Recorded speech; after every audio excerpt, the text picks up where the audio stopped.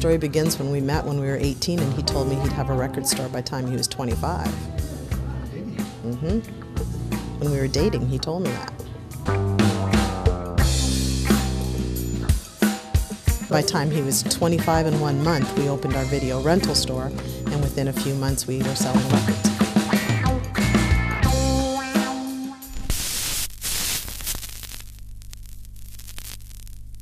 I got a dusty old pile of vinyl records sitting on my floor. I've played each one of them over and over dozens of times or more.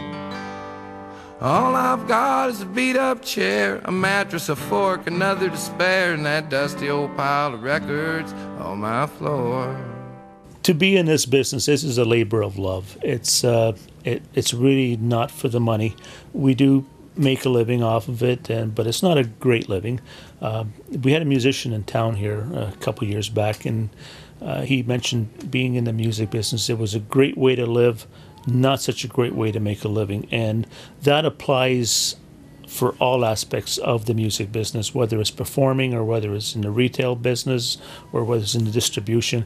It's a great way to live. I mean, you meet a lot of interesting people, you have a great time, but it's not for the money. It's very much a labor of love. We know we're a mom and pop shop, but we're proud of it. We wouldn't want to be anything else. And Roland and I are going on 39 years of married, and I can't see myself working with anybody but him. And I think he feels the same way.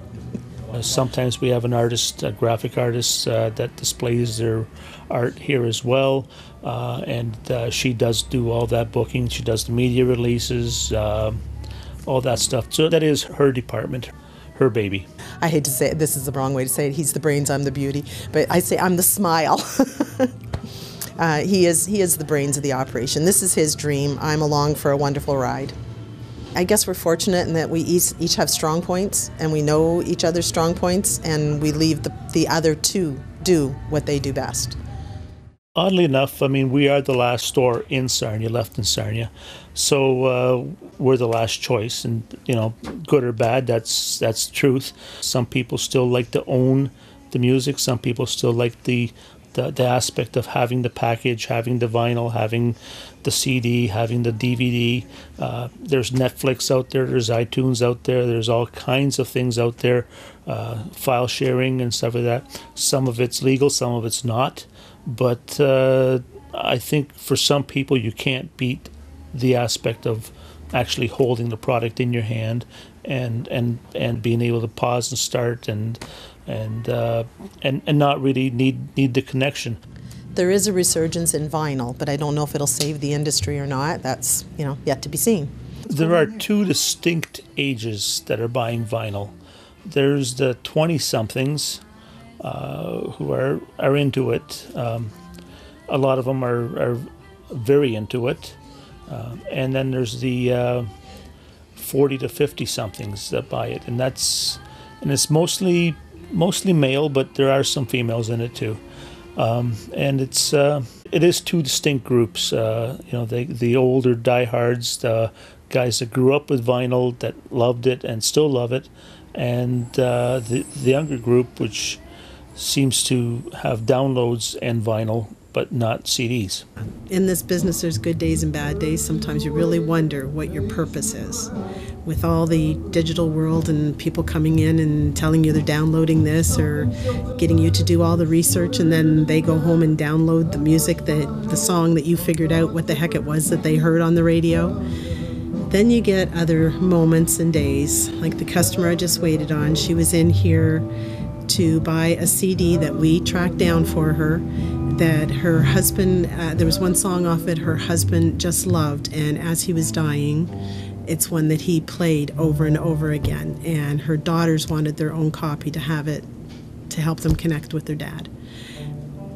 That's why we're here. It's moments like that that really make it worthwhile, because music connects people. It brings out an emotion and a feeling, whether it be a good one or a bad one, angry, sad, happy, it's all connected to music. And that's why we're here. That's our purpose. We're not going to save the world by doing it, but if we make a few people happy in a day, then we've got a reason to be here. And we'll continue to be here. We've always supported local music, local bands. I mean, on our wall outside, we have several lyrics from local musicians, along with some not so local. We sell local CDs both in our store and through our website. We've sold as far away. We've sold local talent as far away as Hong Kong, Germany, Australia, Brazil. Brazil seems to love Sarnia artists. It's very cool. We do have a wealth of local talent, a lot of great talent, some solos, some duos, some actually 5- and 6-piece bands, and we do mix it up. Sometimes we'll have a singer-songwriter by himself, sometimes we'll have a big group with drums and lots of noise, so you never know what you're going to get. Bands would approach us and say, we always thought it'd be cool to play in a record store. Well, we've got this back empty space. Why not? Let's go for it. When we first started, certain bands would approach us asking to sell their CDs, and we always did. When we got to this location, we had the space. We had a lot more space, so we could actually have bands come in and perform. Without the musicians out there making the music and keeping the music alive, and it's just our little part to contribute to it, And this, I have to say, Sarnia has a wonderful live music scene. Some of the talent in this town just blows us away. When First Friday started, there was, I think, five of us that started First Friday, and from that it grew and grew and grew until its current state. And First Fridays are really when we have the bands. I mean, that's when most of the bands are in here.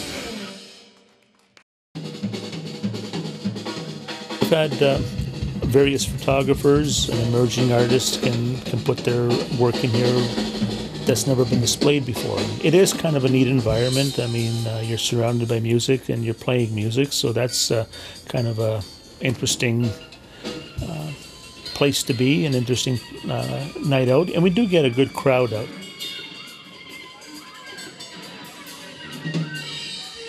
All the monkeys that are decorating our store are gifts from customers. They find them yard sales, their kids' toy boxes. We've adopted a few from kids that have outgrown their monkeys.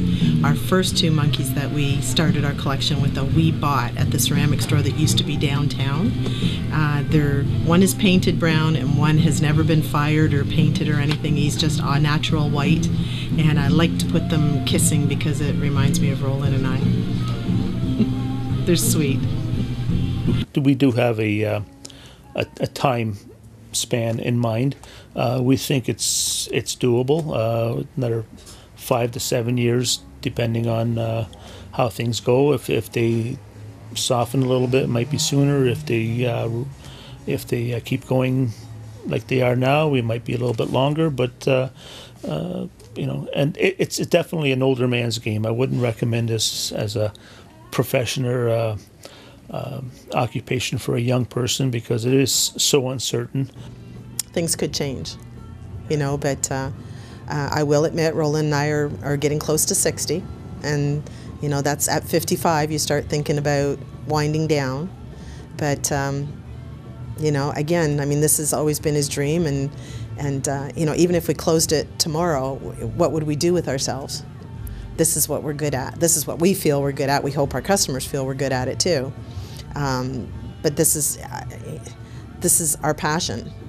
This is what we enjoy doing. So, yeah, I think when we do make the decision to move to the next chapter, I don't think there'll be any regrets. Sometimes you think, just be nice to have a little quiet, not have to worry about putting makeup on in the morning.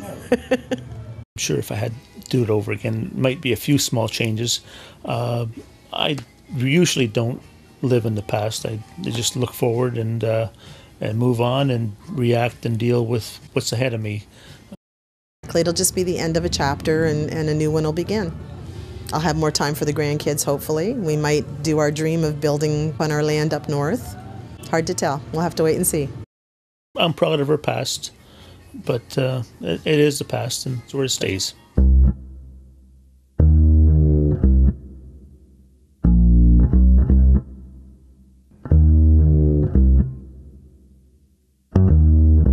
I remember when we first met, the sun was shining bright.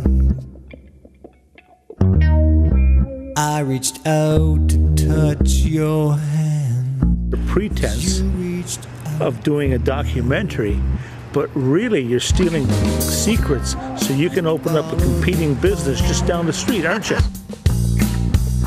Laid down by my